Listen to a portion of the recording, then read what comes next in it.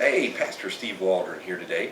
We're going to look at the Dead Sea Scrolls. Now, a lot of people have heard about the Dead Sea Scrolls and the story of the little shepherd boys, that discovered the Dead Sea Scrolls back in the 1940s, 1946, 1947, sold them to some antiquities dealers, and it turned out to be just this incredible treasure trove.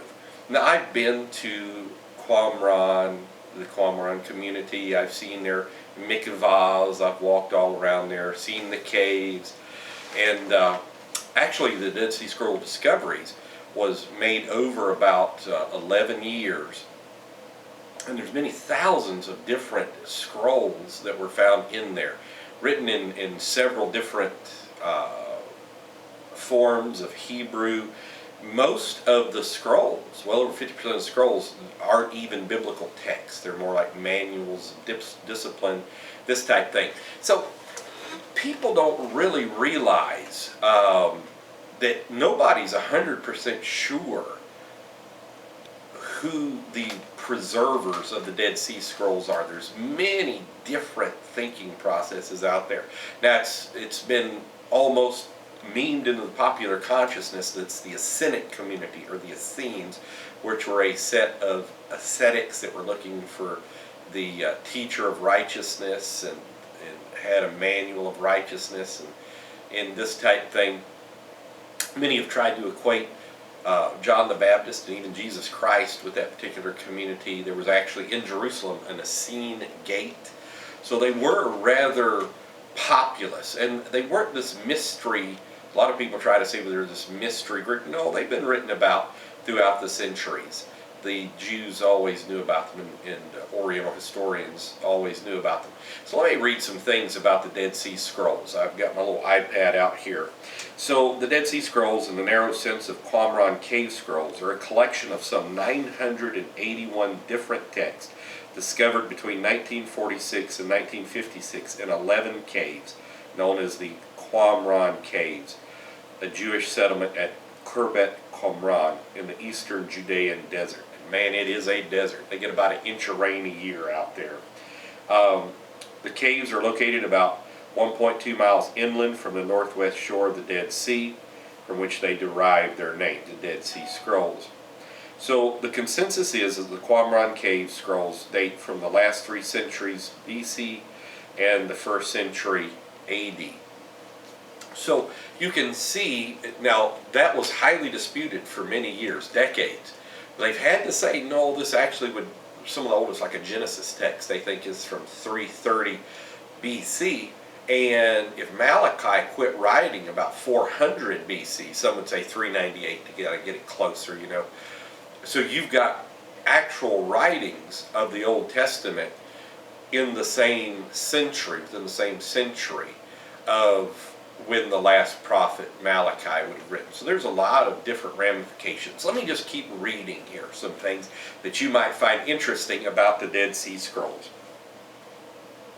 Bronze coins found at the same sites from a series beginning with John Hyrcanus, 135 BC, until the end of the First Jewish-Roman War in 70 AD, support the radiocarbon and paleographic dating of the scrolls.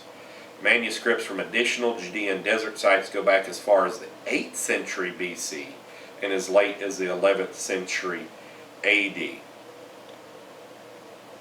Okay, so the only biblical texts older than the Dead Sea Scrolls have been discovered only at 2 silver scroll-shaped amulets.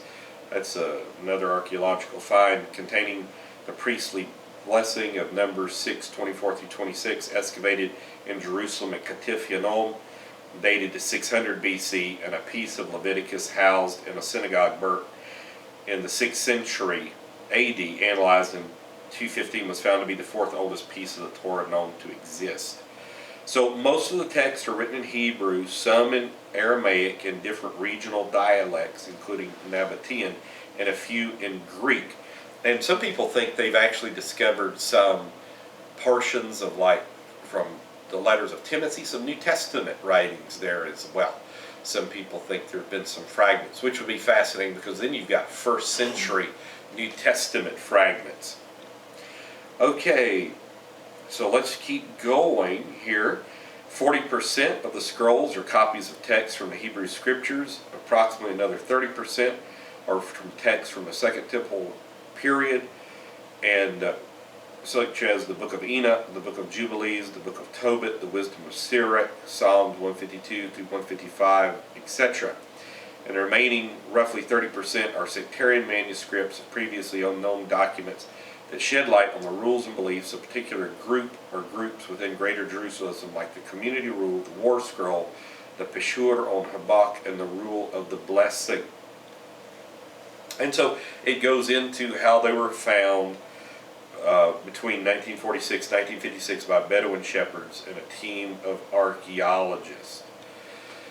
Let me just read to you. The initial discovery by Bedouin shepherd Muhammad Ed Debid, his cousin Juma Muhammad, and Khalil Musa Moses took place between November 1946 and February 1947.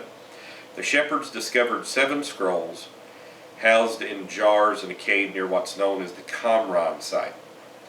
And in 1947, the original 7 scrolls caught the attention of Dr. John C. Trevor of the American School of Oriental Research, who compared the script in the scrolls to that of the Nash Papyrus, the oldest biblical manuscript then known, and found similarities between them. In March 1948, they moved some of the scrolls to Beirut, Lebanon for safekeeping because of the war. And in April 11th, 1948, they announced the finding of the scrolls.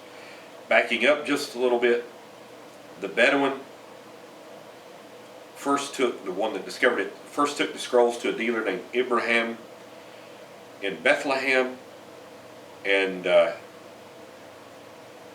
were returned saying they were worthless and warned they may have been stolen from the synagogue. Undaunted, the Bedouin went to a nearby market where a Syrian Christian offered to buy them. The sheik joined their conversation and suggested they take the scrolls to Khalil Iskander Shahin Kandu, a cobbler and part-time antiques dealer. The Bedouin and the dealers returned to the site, leaving 1 scroll with Kandu and selling 3 others to a dealer for the U.S. equivalent $37 in 2014. So the original scrolls continued to change hands after the Bedouin left them in the possession of a third party until a sale could be arranged. So he sold them for $34. The Dead Sea Scrolls. Reminds me of the Indians selling Manhattan, for the equivalent of $20.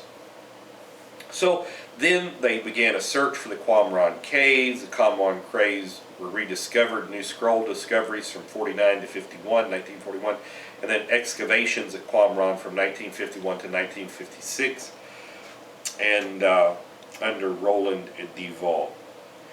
And 972 manuscripts found at Qumran were found primarily in 2 separate formats, as scrolls and as fragments of previous scrolls and text. In the 4th cave, the fragments were in up to 15,000 pieces. So these small fragments created problems for scholars. G.L. Harding, director of the Jordanian Department of Antiquities, began working on piecing the fragments together after 40 years of work. He was still not finished, and some people would say that was by design. As a matter of fact, what happened, it's kind of like a mystery novel, is some scholars got in there and said, "Show us what you've got." And unbeknownst, they were taking pictures. And then from the photographs, they kind of put them together. So that's pretty fantastic as well. So many portions of Genesis found, many portions of Exodus, going through a list of the different books that were found, when they were found, and there were some things towards the end. It shows what was found in each cave. So the origin, some people would say the Qumran Essene theory, the Qumran sectarian theory. Some people think they were actually put there from the temple in Jerusalem. When the Romans surrounded Jerusalem, they went and hid the scrolls there. That's just another theory. Spanish Jesuit Jose O'Callahan Martinez argued 1 fragment marked 652, 653 but then this theory was falsified. In recent years, Robert Eisenman has advanced his theory that some scrolls describe the early Christian community. Eisenman has also argued that the careers of James the Just and Paul the Apostle correspond to events recorded in some of these documents. Then the Jerusalem origin theory that was mentioned, radiocarbon dating, which that's problematic. Paleographic dating would say from 225 BC to 50 AD, and then others would say 385 BC to 82 AD. Shows the ink and parchment made of processed animal hide known as vellum was 85.5 to 90.5% of scrolls, papyrus 8 to 13% of scrolls, and sheets of bronze composed of about 99% copper, 1% tin, 1.5% of the scrolls. So fascinating. You can go to a museum there in Israel. Been to that museum. You can see the famous Isaiah scroll that really promotes the Masoretic text. They've just found some other things that promote the Masoretic text as well. Craig Keener, I think, has a good article out on that, showing that there is a Masoretic stream in very early antiquity, 1st century and before. Let's see. The language and script, Assyrian block Hebrew is 76 to 79% of the scrolls are in that Hebrew Assyrian block script from the 3rd century BC onward. The cryptic scripts A, B, and C Hebrew about 1%. Biblical Hebrew, which is Paleo Hebrew script, 1 to 1.5%. And this says here that was used from the 10th century BC on to the 2nd century AD probably. And then a Paleo Hebrew scribal script, Aramaic square script, about 16 to 17% of the scrolls are in that, began in the 8th century BC. The Greek uncial script, which is all capital letters, about 3%, and then the Nabatean script, about 0.2%. So you can buy these. Gaza Vermes has a good book on that. Others have good books. Seeing if there's any other things I'd like to share with you. Biblical book found. There's 225 biblical texts included in the Dead Sea Scroll documents, around 22% of the total. And with the apocryphal books or deuterocanonical books, it increases it to about 235. The number. The Dead Sea Scrolls contain parts of all but one of the books of the Tanakh of the Hebrew Bible and the Old Testament Proto-Canon. So, also Tobit ben Sirach, Barak 6, known as the letter epistle of Jeremiah, and Psalm 151 was also found there. The book of Esther has not been found, and scholars believe Esther is missing because as a Jew, her marriage to a Persian king may have been looked down upon by the inhabitants of Qumran, also because the name of God is not necessarily listed there. Or because the book has the Purim festival, which is not included in the Qumran calendar, or Qumran, some would say. So, Psalms, there's been 39 representations from Psalms found there, 33 from Deuteronomy, 25 from 1st Enoch, 24 from Genesis, 22 from Isaiah, 21 from Jubilees, 18 from Exodus, 17 from Leviticus, 11 from Numbers, 10 from the minor prophets, 8 from Daniel, 6 from Jeremiah, 6 from Ezekiel, 6 from Job, 5 from Tobit, 1st and 2nd Kings 4, 1st and 2nd Samuel 4, Judges 4, the Song of Songs 4, Ruth 4, Lamentations 4, Sirach 3, Ecclesiastes 2, and Joshua 2. So, I hope this just gives you a little background of the Dead Sea Scrolls. You hear so much about them, but just know they really, in a large degree, preserve and promote biblical authority and the preservation of the scriptures. You know, because you had the Codex Leningratus from around 1000 AD, and then you had the Isaiah manuscript, which is in all probability from about 150 BC, and they're identical.